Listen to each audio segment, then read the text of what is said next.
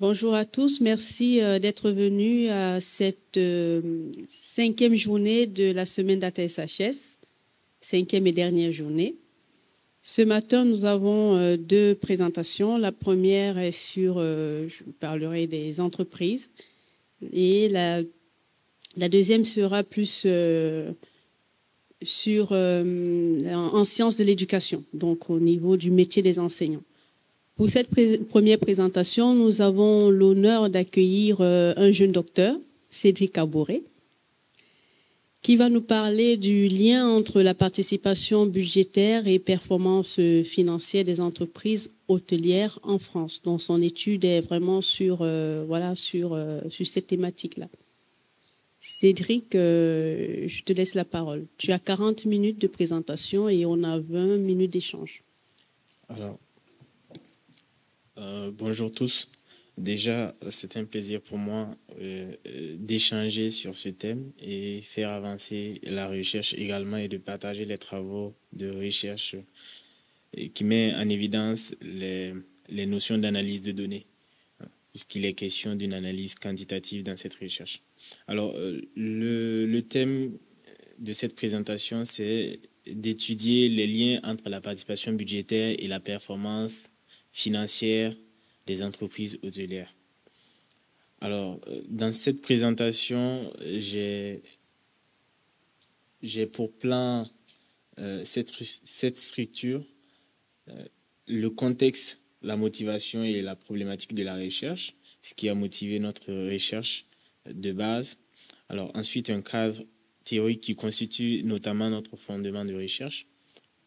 Et nous aurons également l'approche méthodologique, qui est la base d'ailleurs de l'analyse de recherche, l'analyse de données plutôt. Également, nous aurons les résultats, les discussions, les conclusions et d'éventuelles contributions et limites de la recherche.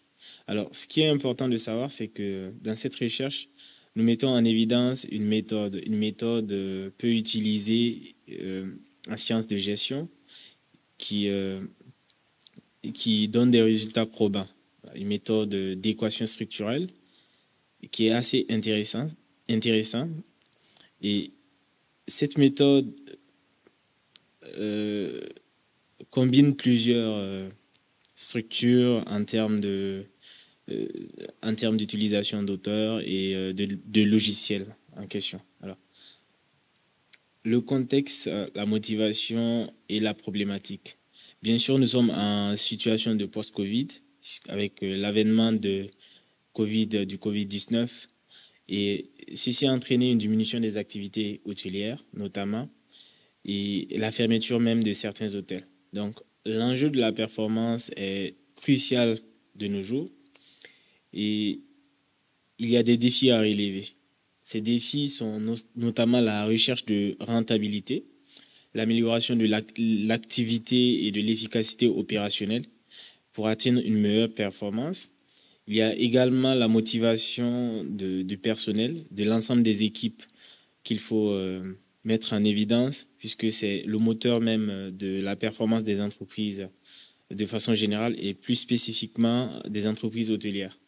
Alors, pour tout ceci, pour rebondir à la recherche d'une performance durable, parce que la notion de durabilité est mise en évidence de nos jours, dans la mesure où il faut avoir des indicateurs de performance qui permettent de corriger les erreurs de gestion en entreprise, et ceci de façon durable pour une vision de long terme.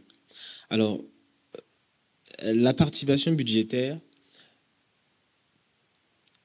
émerge ici comme une solution qui permet de répondre à ces besoins, principalement les besoins de performance, de recherche de rentabilité, d'amélioration de l'efficacité et de motivation. Alors, la participation budgétaire, qui est un outil de contrôle de gestion, est de ce fait mise en évidence dans son rôle moteur de recherche de performance. Alors, qu'est-ce que c'est que la participation budgétaire? Convient de noter que la participation budgétaire, c'est le rôle donné et le rôle actif des employés dans l'élaboration et la gestion budgétaire. Alors, et la performance, le plus courant des définitions, c'est de savoir que la performance, c'est la réalisation des objectifs et leur degré d'accomplissement. Bien sûr, il y a plusieurs types de performance, puisque c'est une notion qui fait pas mal de débats dans la littérature. Il y a la performance économique et financière, il y a la performance managériale, il y a la performance environnementale, et c'est une notion qui est bien discutée, et sa définition entraîne des débats. Alors, donc, dans la littérature, on remarque que l'impact de la participation budgétaire et la performance des entreprises hôtelières reste controversé. Alors, ce qu'il faut noter dans cette même littérature, c'est qu'il y a peu d'études sur le secteur hôtelier en lien avec le thème. Et déjà, la plupart des études mettent en évidence la notion de performance managériale sans pour autant s'intéresser à la performance financière. Alors que pour les entreprises privées, l'objectif principal, c'est de réaliser des bénéfices. Donc, il est tout à fait nécessaire et important pour nous de faire cette étude sur la performance financière. Alors, si pour certains auteurs, la participation budgétaire améliore la performance, ce n'est pas forcément le cas, parce que dans la littérature, nous remarquons donc qu'il y a une divergence d'idées. Il y a des auteurs qui trouvent que la performance n'entraîne il y a des auteurs qui trouvent que la participation budgétaire n'entraîne pas la performance. Des auteurs comme Dreyfus qui a mené une méta-analyse. Et il y a également des auteurs qui trouvent que la participation budgétaire améliore la performance. Et donc, tout ceci nous motive encore plus à faire cette étude sur la participation budgétaire et la performance financière des entreprises hôtelières. Alors, donc, notre question principale, c'est recentrer autour de cette problématique. Quels sont les liens qui existent entre la participation budgétaire et la performance?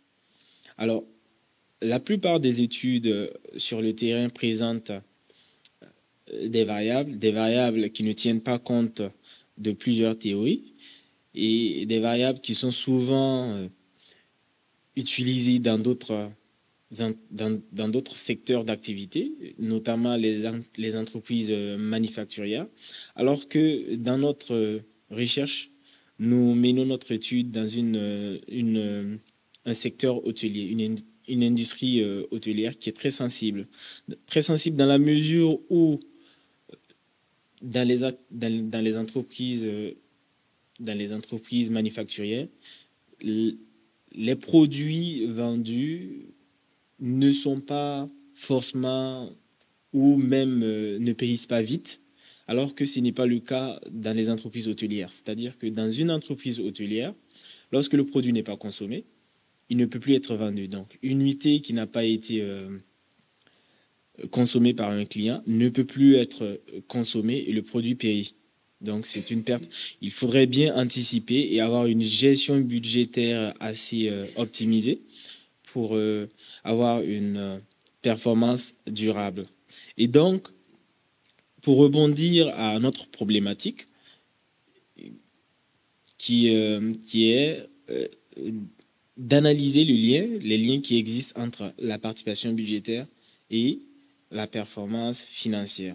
Il s'agit de savoir si le lien est direct ou pas, ou est-ce que le lien contient des médiateurs, bien sûr. Alors, le cadre théorique, dans ce cadre de recherche, nous mobilisons essentiellement deux théories, à savoir la théorie sociale cognitive, une approche beaucoup plus cognitive et psychologique, et la théorie de l'agence qui est courant en finance. Alors, la théorie sociale cognitive avec la variable que nous étudions ici qui est l'engagement à l'égard des objectifs budgétaires, qui est un processus cognitif, et la théorie de l'agence qui comporte une variable telle que les technologies de l'information et de la communication. Alors, ici, nous allons chercher à comprendre quel est le mécanisme qui se reproduit. Bien sûr, dans un point de convergence, s'il existe des points de convergence entre ces deux théories, qu'est-ce que la participation peut entraîner en termes de performance en lien avec ces deux variables-là? Alors, déjà, les deux théories nous ont permis de poser un modèle théorique. Un modèle théorique élaboré à l'issue de la littérature que nous avons révisée et lue sur cette recherche. Et nous avons pu établir des liens, c'est-à-dire que nous cherchons ici à tester si la participation budgétaire entraîne l'engagement à l'égard des objectifs budgétaires, puisqu'il s'agit bien sûr d'un mécanisme cognitif, et que c'est cet engagement que les managers adoptent permettent de motiver leur utilisation des technologies de l'information et de la communication ou pour par la suite voir s'il y a un lien avec la performance. Alors, nous avons l'effet motivation. L'effet motivation qui se joue entre la participation budgétaire et l'engagement. Et l'effet informationnel, qu'est-ce qui motive les managers à adopter une posture d'utilisation des technologies de l'information et de la communication? Qu'est-ce qui les motive à s'engager à la recherche et qu'est-ce qui les motive à vouloir coûte que coûte atteindre une performance et quels sont les outils qu'ils utilisent. Ceci peut être dû à l'utilisation des technologies de l'information et de la communication. Et ensuite, nous aurons l'effet performance. Donc, nous avons 3 effets que nous mettons en évidence dans cette recherche, basée sur la théorie sociale cognitive et la théorie de l'agence. L'effet motivation, l'effet informationnel et l'effet performance. Alors, dans cette recherche, nous mettons aussi en évidence les variables de contrôle, qui sont notamment les caractéristiques personnelles et organisationnelles, la taille de l'organisation, les informations sur les managers, afin de savoir quel est le profil type de ces managers et est-ce que nous sommes dans le cas de grandes entreprises ou petites entreprises ou d'entreprises intermédiaires. Alors, l'approche méthodologique. D'abord, nous utilisons un design en courbe transversale. Il existe plusieurs types de design. Le design longitudinal, le design expérimental, l'étude de cas et le design en coupe transversale. Alors, le design en coupe transversale est ce qui nous semblait le plus accessible en raison de la situation qui se présente ici, la situation post-Covid, puisqu'elle permet de réaliser notre étude en un temps et de collecter ces informations, ces données également en un temps. Alors, et comment nous collectons ces informations, ces données? Grâce à un questionnaire. Alors, le questionnaire est adressé à qui? Aux managers des entreprises hôtelières. Et comment le questionnaire a été élaboré? Le questionnaire a été élaboré en trois étapes plutôt. La première étape, puisque ces variables étaient au départ des variables étudiées dans la littérature anglaise, dans les revues anglo-saxons, nous avons dû traduire de l'anglais au français. Et à l'issue de notre traduction, nous avons refait une rétro-traduction. Une rétro-traduction, c'est-à-dire du français à l'anglais. Et ensuite faire une comparaison des deux versions anglaises traduites de notre questionnaire que nous avons eu au final pour voir s'il existe des différences. Alors, ces traductions n'ont pas été faites dans la même structure, puisqu'il est essentiel de diverger les conclusions pour voir si le questionnaire a été bien traduit en français ou pas. Si la version française était mal traduite, il va de soi que la rétrotraduction soit également mal traduite. Et donc, du coup, nous obtenons 2 versions anglaises et une version française que nous allons pré-tester. L'analyse de ces 2 versions montre que notre questionnaire a été bien traduit. Nous avons dû recorriger certaines traductions qui ne faisaient pas ressortir ce que nous voulons au préalable faire ressortir. Et la version finale en française a été soumise pour pré-test. Alors, le questionnaire a été collecté par une structure externe, Schneider Schlesinger Group, en octobre 2022. Alors, et l'échantillon que nous obtenons, bien sûr, 113 en France. Et pourquoi 113? Parce que nous avons eu des difficultés de collecte de données, situation post-Covid, fermeture d'établissements hôteliers, des managers souvent très occupés, pas très disponibles pour répondre en raison d'autres facteurs liés à leur charge de travail. Et donc, aussi, notre collecte de données présentait aussi des difficultés puisque dans un premier temps, nous envoyons notre questionnaire par mail de façon aléatoire et tout ceci, les mails pouvaient ne pas être vus puisque ça pouvait être tombé dans les spams.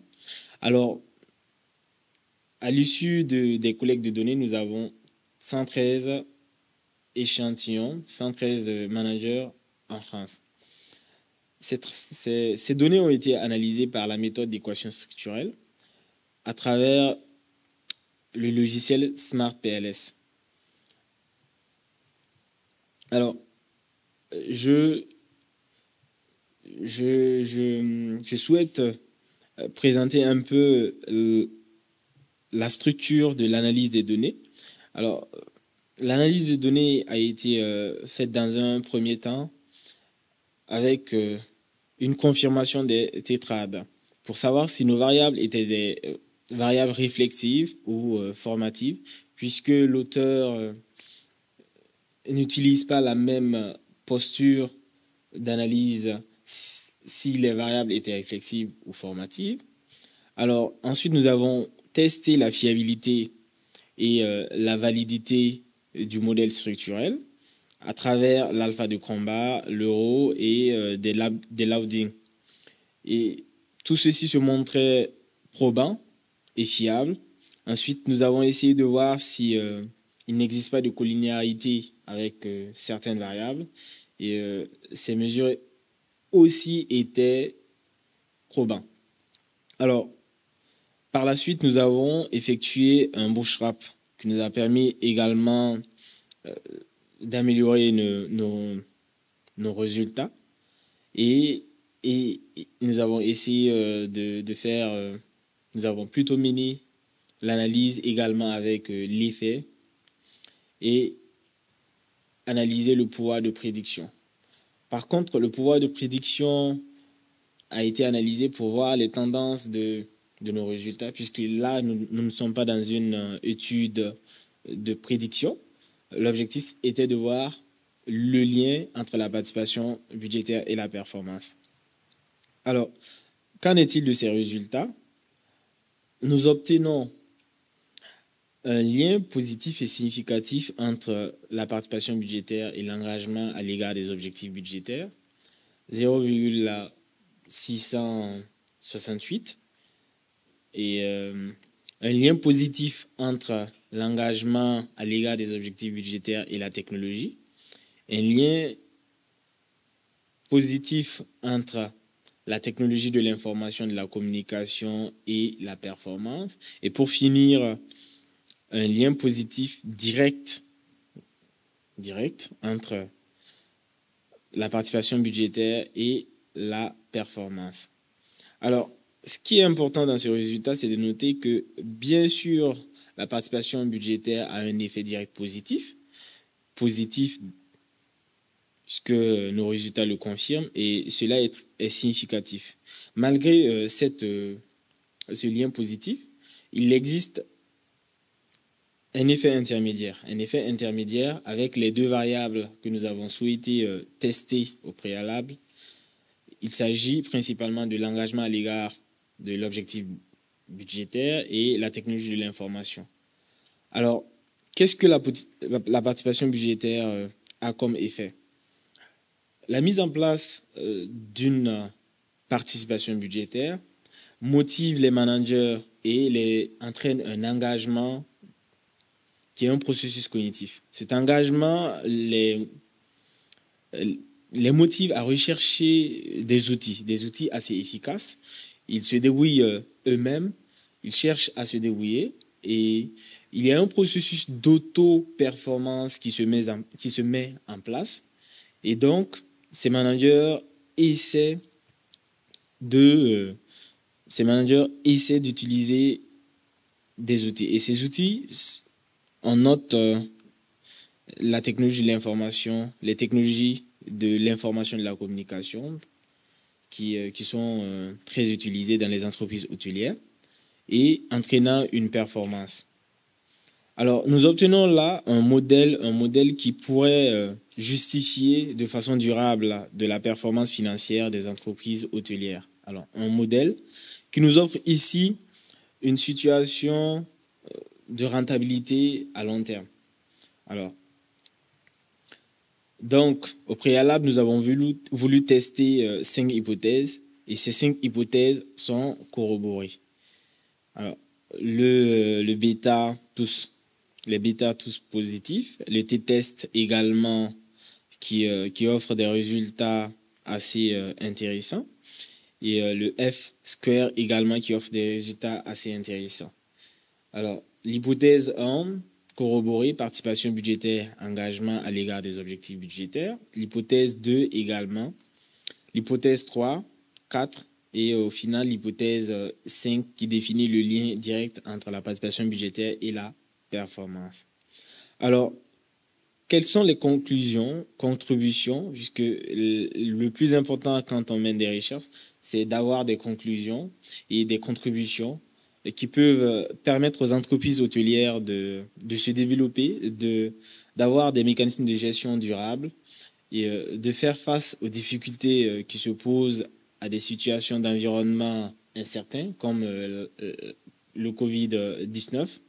Et donc, les conclusions et contributions que nous pouvons tirer de cette recherche, c'est que elle nous offre des suggestions managériales afin d'avoir une bonne performance financière. Puisque la finance, c'est ce qui est important dans les entreprises. Réaliser des bénéfices, c'est ce qui est important dans les entreprises. Alors, également, cette recherche comble une lacune de recherche qui est principalement axée vers les entreprises manufacturières, alors que les entreprises hôtelières et les entreprises manufacturières n'ont pas les mêmes caractéristiques et les mêmes fonctionnements. Et donc, nous avons là un modèle qui nous permet de comprendre la gestion budgétaire. Et pas n'importe laquelle des modèles, un modèle en situation post-Covid.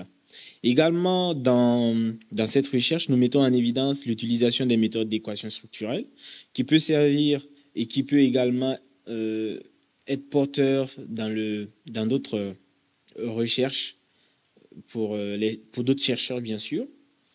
Alors, qui permet d'améliorer nos résultats et qui permet également d'avoir une bonne analyse de données et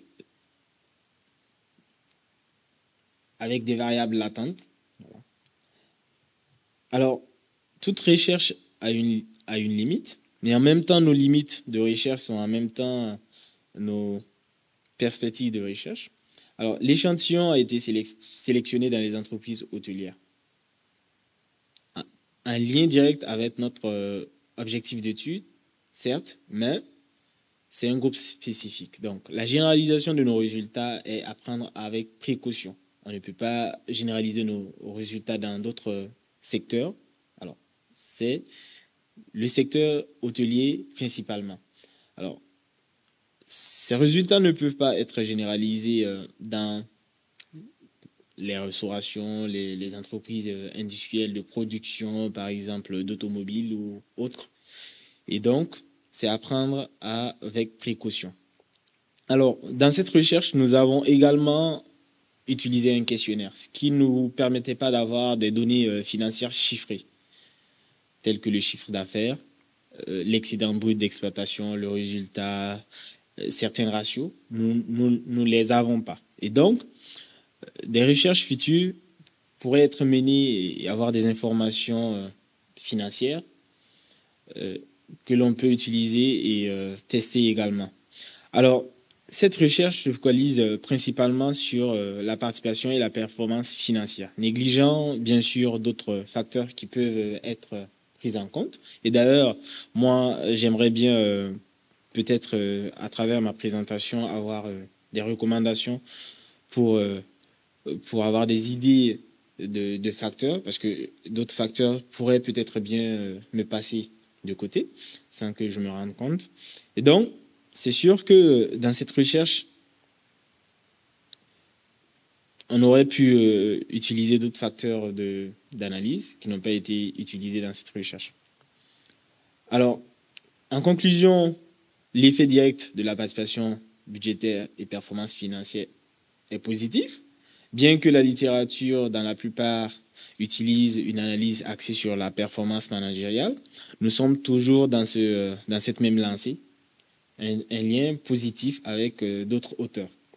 Alors, il y a aussi la plausibilité des deux théories, c'est-à-dire la théorie sociale cognitive et la théorie de l'agence, puisque l'auto-efficacité, plus que l'engagement à l'égard des objectifs budgétaires explique bien la théorie sociale cognitive, et l'utilisation des technologies de communication et de l'information explique bien la théorie de l'agence et diminue dans une certaine mesure l'asymétrie d'information entre les managers et leurs supérieurs hiérarchiques, et aussi diminue l'asymétrie d'information entre les managers et l'opérationnel. Alors, l'étude nous offre ici des informations qui nous permettent de contribuer à la littérature, et cette étude pourrait être améliorée avec une étude longitudinale également, avec d'autres méthodes d'analyse telles que la méthode QCA, la régression linéaire et bien entendu, pourquoi pas une approche qualitative.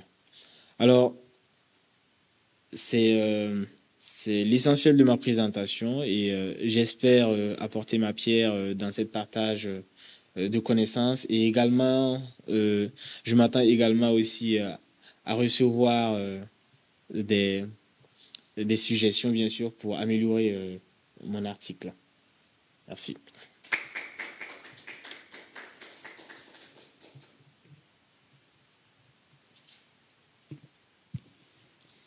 Merci Cédric pour cette belle présentation. Et je demanderai à la salle s'il y a des questions par rapport à cette thématique. Oui, merci beaucoup pour la présentation, une bonne présentation qui est enrichissante. Alors, vous avez parlé dans le cadre théorique axé sur la théorie sociale cognitive. Et je voudrais savoir plus comment est-ce que la théorie sociale cognitive, une théorie en psychologie, vous a servi. Comment est-ce qu'il vous a servi dans la revue de littérature ou bien dans le cadre théorique? Oui, je voudrais savoir quelque chose là-dessus. Vous pouvez reprendre, je n'ai pas pu noter. Je voudrais savoir comment est-ce que la théorie sociale cognitive, une théorie en psychologie, vous a aidé. Donc, si vous pouvez nous expliquer dans ce sens-là pour que je puisse comprendre aussi davantage. Et une autre question, ça concerne les liens entre... dans les résultats, vous avez trouvé qu'il y a un lien entre la participation budgétaire et la performance financière des entreprises. Bon, si j'ai bien compris, au début, vous avez dit qu'il y a des recherches qui montrent qu'il y a lien entre les deux, donc entre la participation budgétaire et performance financière, et d'autres recherches qui montrent qu'il n'y a pas de lien. Alors, vous rangez de ceux qui ont constaté qu'il y a un lien, ont trouvé qu'il y a un lien entre les deux, participation budgétaire et performance financière. Alors, je voudrais savoir votre proposition que vous donnerez, la proposition que vous donnerez à ceux qui ne trouvent pas de lien entre les deux. Qu'est-ce que vous les recommanderez ou bien vous leur proposerez? Qu'est-ce que vous direz à ce sens-là? Merci. D'accord. Alors, je vous remercie pour vos questions. Alors, ces questions sont pertinentes. Et déjà, la théorie sociale cognitive est une théorie psychologique, mais cette théorie englobe plusieurs éléments. Alors, le comportement des managers, et c'est une théorie également qui prend en compte l'environnement des managers. Et pour finir, c'est une théorie qui prend en compte la motivation des managers. Et donc, l'utilisation de la théorie sociale cognitive consiste ici à observer un comportement des managers et de faire une analyse sur des informations qu'on ne peut pas, qui sont abstraites, qu'on ne peut pas voir, parce que puisque c'est un mécanisme propre à chaque manager, on ne peut pas l'observer. On l'observe grâce à la finalité de leur comportement, qui est notamment des utilisations d'outils. Voilà. Et ce processus cognitif se développe au fil du temps et en fonction de plusieurs facteurs mis en place par la structure. Il peut s'agir de la culture organisationnelle, lorsque certaines entreprises ont leur culture propre, et cela part même de l'insertion du manager avec ses collègues pour appréhender leur habitude.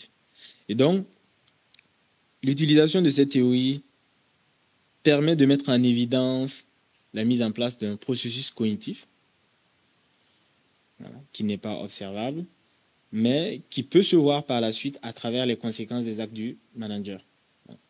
Donc, c'est une théorie psychologique en sciences de gestion qui commence à être utilisée. Et dans ce thème-là, la littérature montre des divergences de résultats. Mais ces divergences de résultats est à prendre avec précaution. Voilà. Alors, je reviendrai sur votre troisième question en expliquant pourquoi ces divergences de résultats. Mais ces divergences de résultats, c'est à prendre avec précaution, puisque dans la mesure où il s'agit d'une théorie plutôt cognitive, ça dépend de l'environnement. Alors, si la mise en place de la culture organisationnelle est très bien mise en place par les supérieurs et même depuis le recrutement, les managers se sentent déjà engagés. Donc, ça se fait dans un processus cognitif personnel du manager. Alors, la deuxième question, c'est participation budgétaire et performance. Oui, la proposition à donner à ceux qui ne trouvent pas de lien entre participation budgétaire et performance. Alors, déjà, pour ceux qui ne trouvent pas de lien, il y a plusieurs raisons. Il y a plusieurs raisons qui peuvent justifier cela. Il y a plusieurs raisons qui peuvent justifier cela.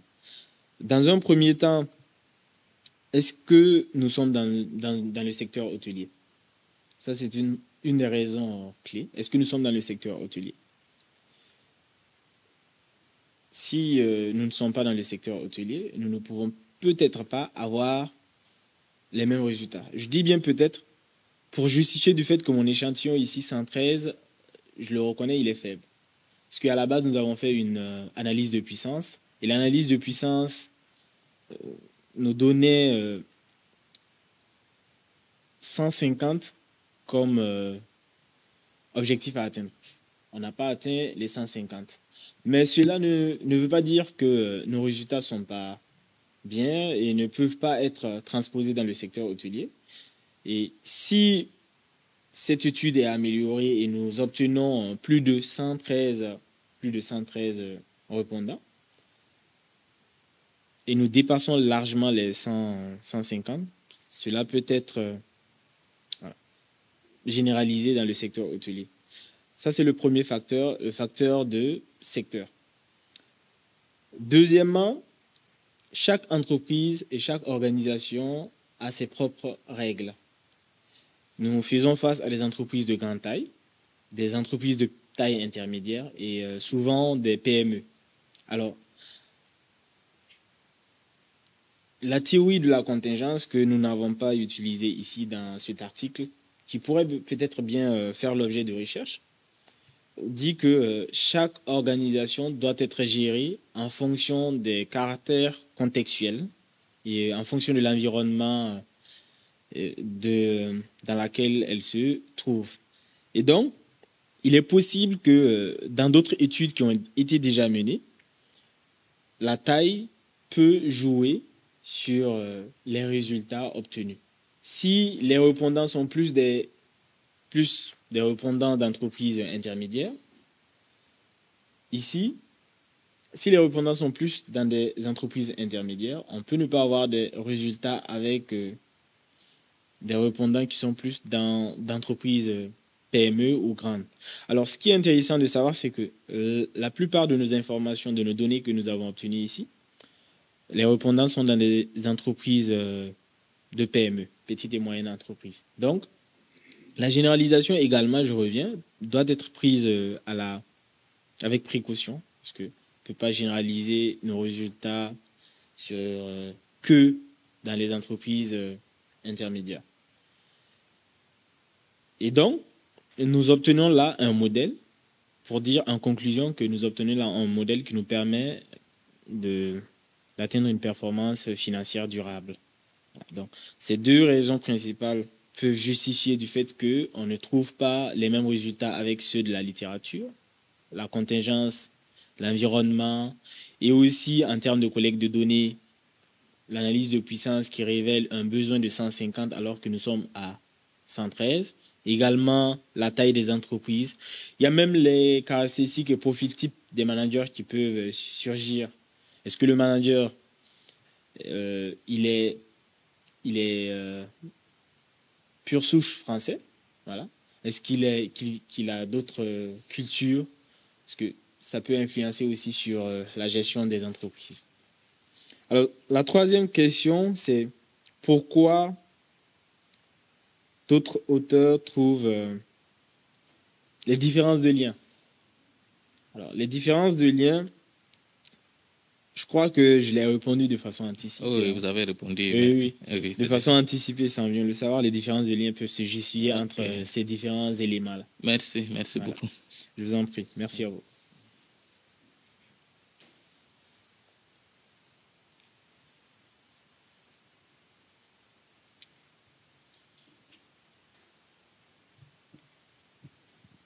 Est-ce qu'il y a d'autres questions? Bon, moi, je vais poser quelques questions. D'accord. je vais revenir un peu sur ce que sur je vais dire l'intervention précédente au niveau du non-lien, si je peux dire comme ça, entre la participation budgétaire et la performance obtenue, financière, pardon. Moi, ce que je voulais comprendre, c'est parce que tout à l'heure, pendant ta présentation sur le cadre théorique au niveau de la revue de littérature, il y avait des auteurs qui trouvaient qu'il n'y avait pas vraiment, c'était pas efficace, en tout cas la participation budgétaire. Si je me trompe un peu, tu me corriges. Ce que je voulais comprendre, c'est les raisons. Quelles sont les raisons avancées par ces auteurs sur sur cela, le fait qu'il n'y ait pas un lien? Je te laisse répondre, on va faire au fur et à mesure. Alors, il y a plusieurs raisons qui justifient cela. Déjà, nous notons plusieurs études depuis plus de 40 ans sur ce sujet. Et il y a des méta-analyses qui ont été réalisées. Alors, la méta-analyse, c'est la compilation de ces études qui ont été menées depuis plus de 40 ans. Et donc, depuis 2000, nous avons notamment Dreyfus 2008, 2016 et Bonnache 2012 qui ont mené des méta-analyses. Alors, même dans ces deux méta-analyses, il y a une différence significative entre ces résultats. Parce que Bonnache, lui, trouve qu'il n'y a pas de lien, alors que Dreyfus, lui et ses collègues trouvent qu'il y a un lien forcément. Alors, cela peut être dû au fait que les méthodes d'analyse utilisées sont deux fois différentes. Voilà. Parce qu'il y en a qui utilisent des régressions linéaires, il y en a qui utilisent des approches qualitatives et il y en a qui utilisent la méthode QCA. Alors, donc, cette différence peut se noter à travers la méthode. Alors, pourquoi je prends l'exemple de ces deux méta-analyses? Parce que la méta-analyse, elle est très importante puisqu'elle utilise les études déjà menées. Et donc, je pense même qu'à l'issue de cet article et des articles récents qui peuvent être publiés, une nouvelle méta-analyse peut ressurgir. Voilà. Donc, et qui peuvent même changer ou même qui peuvent changer les résultats que Dreyfus trouve, parce que Dreyfus trouve qu'il est positif, et cette recherche également trouve qu'il est positif, et qui peuvent ou peut-être changer les résultats que Bonnache et ses co-auteurs trouvent également. Donc, c'est l'une des raisons. Et une autre raison, c'est comme je le soulignais, c'est les entreprises qui ont participé à l'étude. Ils n'ont pas forcément les mêmes structures, les mêmes tailles, et ils ne viennent pas tous du même pays. Donc il y a un problème, et ce problème, c'est la contingence culturelle et nationale. Alors, la culture à prendre en compte pour des études futures, et à le pays d'études qui est à prendre. Je pense même qu'on peut aller plus loin en faisant des recherches dans chaque continent. Mais c'est les moyens le problème. Voilà. C'est les moyens qui peuvent être. Donc, s'il y a des facilités d'accès et de collecte de données, je pense qu'on peut aller au-delà. En Europe, aux États-Unis, en Afrique, en Chine. Mais, sur ce sujet, la littérature est assez fournie, mais uniquement de pays en pays, pas à chaque fois sur les mêmes pays pour essayer de corriger ces erreurs de mesure deux fois. Donc, ça peut être une deuxième justification de ces différences de liens-là. Voilà. Et est-ce qu'il y a dans cette littérature, est-ce que les modèles d'équations structurelles ont été utilisés ou alors voilà, c'est un peu l'effet novateur, voilà, ce que toi tu apportes dans cette littérature, disons, on va dire, dans la littérature empirique, puisque on est au niveau de la méthodologie d'équations structurelles, on est sur l'empirique. Est-ce que c'est nouveau ou ça avait déjà été fait, mais peut-être sur d'autres, je sais pas moi, d'autres variables, Alors, dans la littérature, je retrouve des méthodes utilisant les régressions linéaires. Et je retrouve également des articles qui utilisent la méthode d'équation structurelle. Ce qu'il faut savoir, c'est que dans la méthode d'équation structurelle, il y a des mises à jour. D'autres ont utilisé des bootstraps de 1000, 1500. Et moi, dans mon étude, j'ai utilisé un bootstrap de 10 000. Donc, le caractère porteur des études diffère, en fait. Et c'est en fonction de l'évolution de la science et des recommandations des auteurs sur la méthode d'équation structurelle qui permet d'améliorer ces résultats. Donc, même les études passées, si les données existent toujours pour certains auteurs, c'est possible de refaire ce bootstrap pour améliorer les résultats et voir ce que ça donne. Et sans oublier aussi le caractère collinéaire de certaines variables, parce qu'on peut utiliser des variables et ces variables ressemblent à d'autres variables. Donc, alors que cette méthode d'équation structurelle a largement évolué et évolue au fil du temps. Et donc, on peut revoir et retester ces données pour voir ce que ça donne. Donc, bon, une autre question, c'est est-ce que la participation budgétaire par rapport à ton cas d'études dans des entreprises hôtelières françaises, est-ce que ça s'applique à toutes les entreprises hôtelières? Quand je le dis, c'est par rapport à la taille, parce que même si on est dans le secteur hôtelier, voilà, il y a des différences en termes de taille et autres. Est-ce que il y a des différences ou alors peu importe la taille de l'entreprise, donc tu as constaté donc justement ce lien positif, je peux dire, entre la participation budgétaire et la performance financière. Ok. Alors, parlant de la taille, ce qui est important de savoir, c'est de savoir que toutes les entreprises ont des classifications. Notamment en France, il y a la classification conventionnelle qui est là. Les entreprises intermédiaires, c'est généralement des 0 à 9 salariés ou 10. Voilà. Et les entreprises, les PME, c'est de 0 à 250. Et les grandes entreprises vont au-delà de ça. Donc, tout ce qui est entreprise en France qui comporte plus de 250 est une grande entreprise. Mais le caractère spécifique des entreprises hôtelières, qui d'ailleurs nécessite d'être prise en compte, c'est le fait que les entreprises hôtelières sont classées différemment en fonction des étoiles. Donc, il y a 1, 2, 3, 4, 5. Et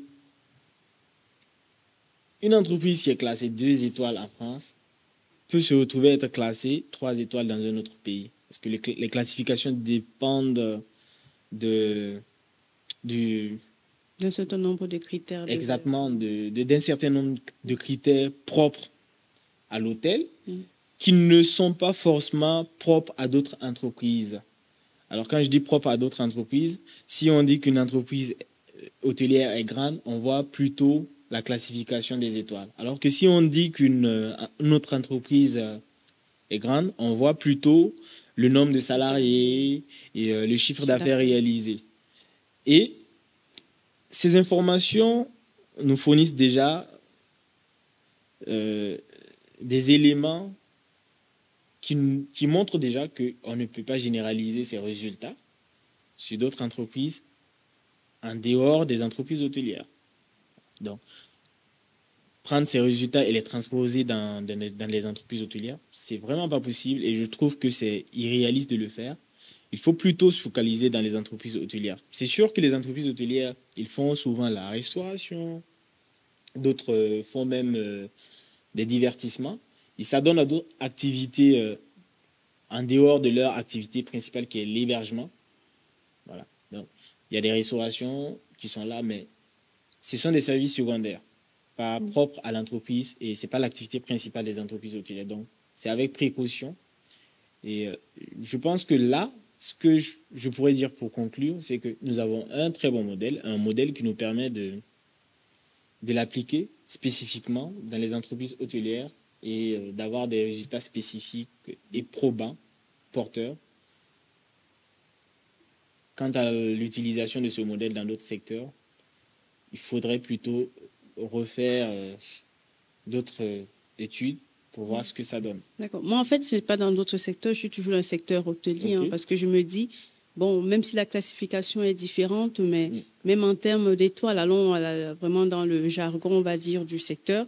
Si on va regarder en termes d'étoiles, est-ce que le fait qu'une entreprise, une entreprise hôtelière, disons, qui a une étoile, quel est l'impact de la participation budgétaire sur cette entreprise par rapport à une qui a 5 ou 3? Peut-être qu'une qui a 5 n'en a pas besoin. Peut-être, bref, c'est ça en fait, pouvoir capter si c'est possible, bien sûr, parce que tout aussi c'est en termes d'informations qu'on peut avoir au niveau des données, parce que je me dis, ça pourrait être intéressant et surtout que dans le secteur hôtelier, quelqu'un, comme tu as dit, on peut passer d'une à deux, ou tout comme on peut aussi régresser en fonction de l'évaluation qui est faite de l'entreprise.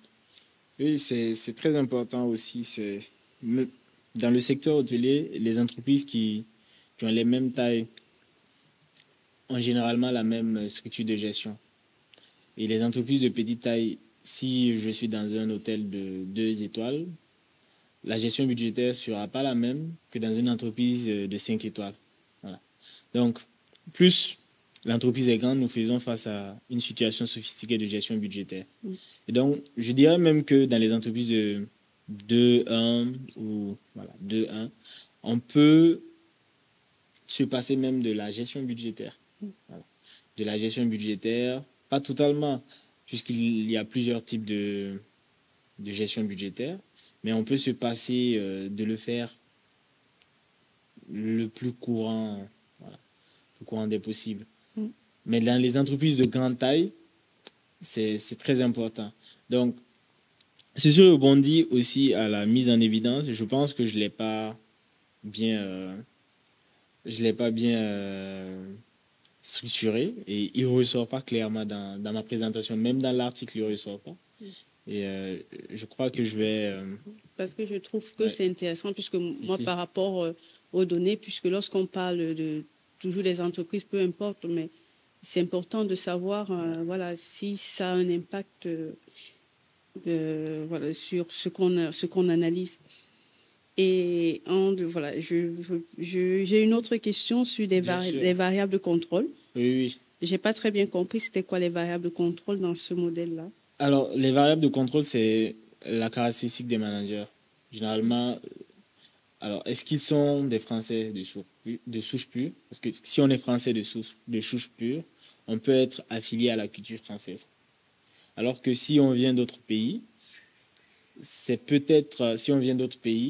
la culture peut être un peu différente. Donc, alors que la culture, c'est quelque chose qui, deux fois, influence le comportement. Donc, si mon manager a une culture française, le comportement des autres peut être influencé par cette culture française. Et si mon manager a peut-être une culture espagnole ou portugais ou voilà, je sais pas, ça peut être aussi influencé.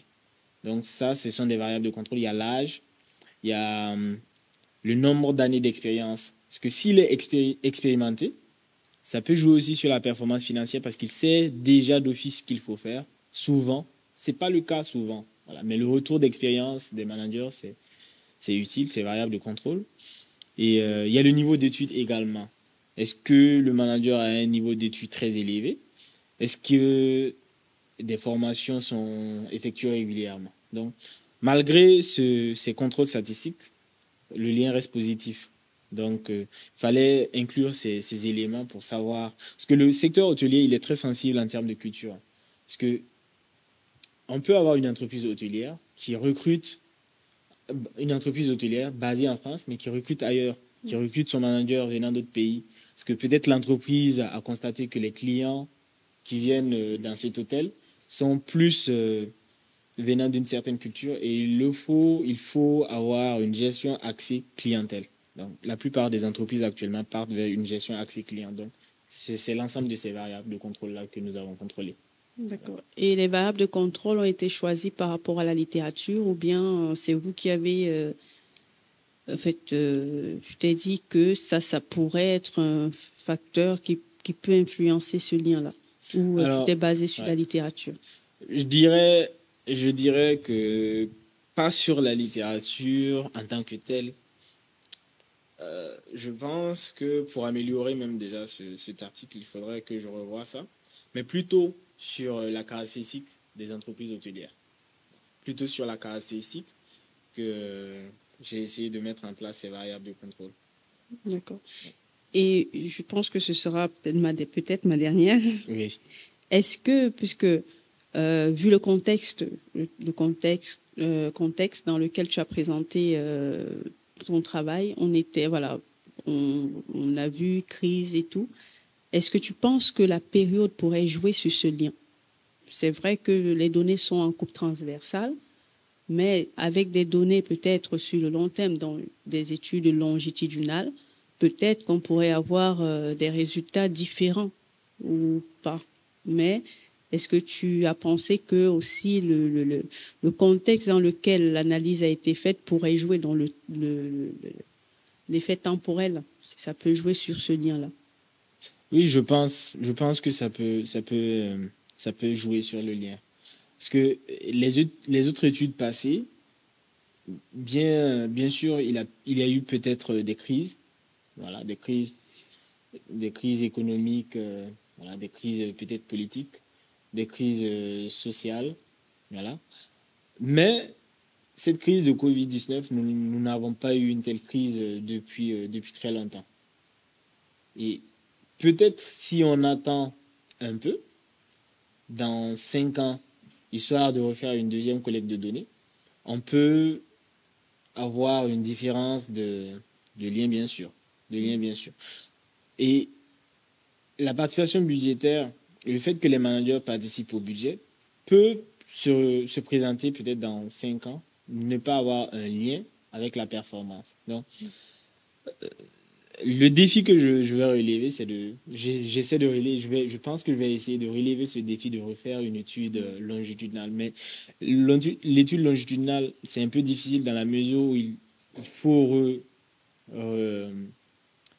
renvoyer le questionnaire au même manager. C'est pas toujours évident de les avoir. Voilà, donc, mais je pense que ce serait important quand même de le faire. Oui, parce que en fait, je l'ai posé parce que dans ta présentation, tu as dit que voilà, c'est une situation de rentabilité à long terme. Oui. Mais est-ce qu'on est sûr? Qu'est-ce qui te fait dire que c'est à long terme? Parce qu'on est c'est un cas. Peut-être, est-ce que par rapport à une certaine situation, on a plus de participation, moins, ou la participation a plus d'impact ou pas? Donc, dis que c'est sur le long terme. C'est à prendre avec précaution. Voilà. Oui, c'est vrai. C'est vrai qu'il faut prendre cela avec précaution. On aurait pu collecter les données avant 2019. Ça allait être vraiment important et super. Mais là, 2022, c'est un peu à prendre avec précaution, c'est sûr. Donc, je me dis, même si tu ne fais pas une étude longitudinale après, mais que tu refais sur, peu importe, c'est pas sur les managers, mais tu retombes sur ces mêmes hôtels, là, à ce moment, tu pourrais peut-être penser à dire une rentabilité à long terme par rapport aux nouveaux résultats qui vont en ressortir.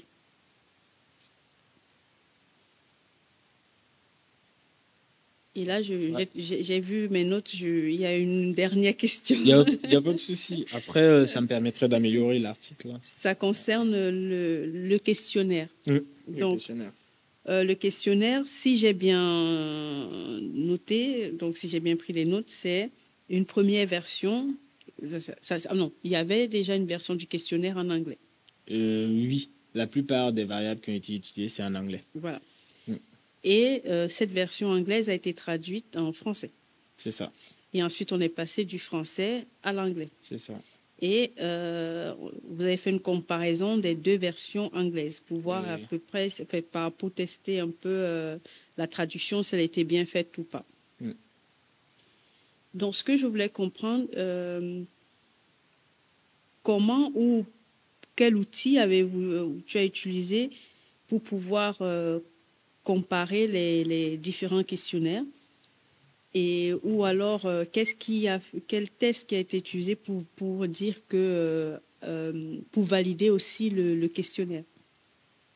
Puisque le questionnaire, je suppose que la version finale, c'était celle en français, puisque l'étude a été faite en France. Donc voilà, c'était ça. Moi. Alors, c'est une question très importante qui revient. Alors, d'abord, la première version, c'est en anglais, bien sûr, puisque c'est ce qui nous offrait la littérature. Et la deuxième version en français. Donc, l'analyse a été faite dans une structure spécialisée en la matière. Et c'est un centre de langue. Et la deuxième traduction, ça a été fait avec une entreprise, non, pas une entreprise, une université, un centre de langue également d'une université différente. Parce qu'il ne faudrait pas que ce soit les mêmes personnes qui traduisent. Que si c'est les mêmes personnes qui traduisent, ils savent déjà ce qu'ils ont traduit en français, donc il y aura peut-être un biais de traduction. Donc, une autre université, un centre de langue d'une autre université a retraduit la version française à l'anglais. Maintenant, ces deux versions anglaises ont été comparées. Pas par moi, bien sûr, puisque je suis pas trop top en anglais. Et ça a été comparé par un expert, quand je dis un expert, de la finance. Un expert de la finance que nous avons contacté aux États-Unis qui l'a fait. Et donc, cet expert a fait ses suggestions et nous avons apporté des modifications sur ce questionnaire. Donc, il fallait faire cela pour s'assurer que le questionnaire est bon. Et même ça, après, il y a le pré-test. Le pré-test avec 10 répondants.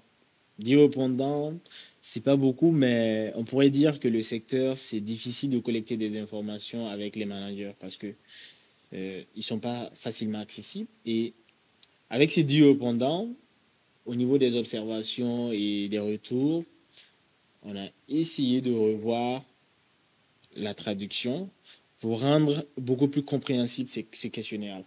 Donc, cela s'est fait également avec le professionnel aux États-Unis et aussi un autre centre de langue. Donc, la méthode inversée de Bristling, c'est en 3 étapes. Première, traduction de la langue d'origine à la langue voulue. Deuxième, de la langue voulue à la langue d'origine. Et une comparaison des deux versions de langue pour corriger les éléments qu'il faut et éviter les biais d'élaboration de questions.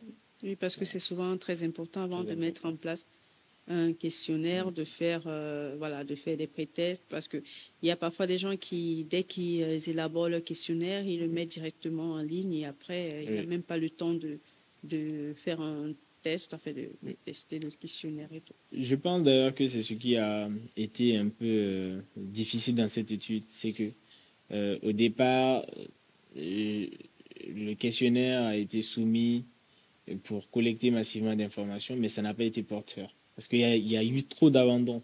Le manager, il débute et il termine pas les réponses. Et donc, les résultats ne pouvaient pas être utilisables. C'est très important de le souligner, c'est vrai. Bon, moi, je pense que j'ai terminé avec les questions. Je ne sais pas si quelqu'un d'autre a des questions dans la salle. Merci. Vous avez pratiquement répondu aux différentes questions que j'avais voulu vous poser. Cependant, j'ai une toute petite question en fait. Vous avez émis 5 hypothèses Et je pense bien que derrière vos 5 hypothèses se cache une base théorique, en fait. Oui. Et j'aimerais comprendre, en fait, derrière l'hypothèse 1, pouvez-vous m'expliquer la base théorique qui se trouve derrière l'hypothèse 1 et est-ce que la théorie sociale cognitive justifie vraiment l'hypothèse 2 sur la relation entre l'engagement et l'utilisation des technologies de l'information et de la communication? Merci. D'accord. Alors, d'abord, la théorie sociale cognitive, je tiens à le souligner, justifie l'hypothèse, la première hypothèse, qui est est-ce qu'il existe un lien entre la participation budgétaire et l'engagement à l'égard des objectifs budgétaires. Voilà. Alors, le lien entre l'engagement à l'égard des objectifs budgétaires et la technologie d'information peut être justifié par le point de convergence de ces deux théories. Le point de convergence que je matérialise ici à travers ce schéma, nous remarquons donc que pour ce qui concerne les deux jaunes, il y a un croisement. Un croisement, et donc c'est là que l'effet informationnel débute. Donc la théorie sociale cognitive développe un processus, une procédure d'engagement organisationnel. Et qu'est-ce que ça entraîne au niveau pratique? Ça entraîne la recherche d'outils, tels que l'éthique, les technologies de l'information et de la communication. Et donc, pour finir, la théorie de l'agence explique ici que seulement l'utilisation d'éthique. Parce que généralement, quand on utilise l'éthique, c'est pour diminuer l'asymétrie d'information. C'est pour diminuer l'asymétrie d'information. Donc, si cette asymétrie d'information est diminuée, forcément, le manager se retrouve avec des outils et un environnement qui lui permet d'atteindre une performance financière. Donc, la théorie sociale cognitive, en conclusion, explique l'engagement à l'égard des objectifs budgétaires. La théorie de l'agence explique l'utilisation des technologies de l'information. Et en conclusion, le point de convergence de ces deux théories crée un développement motivationnel qui entraîne forcément le croisement entre engagement à l'égard des objectifs budgétaires et technologie de l'information et de la communication. Merci.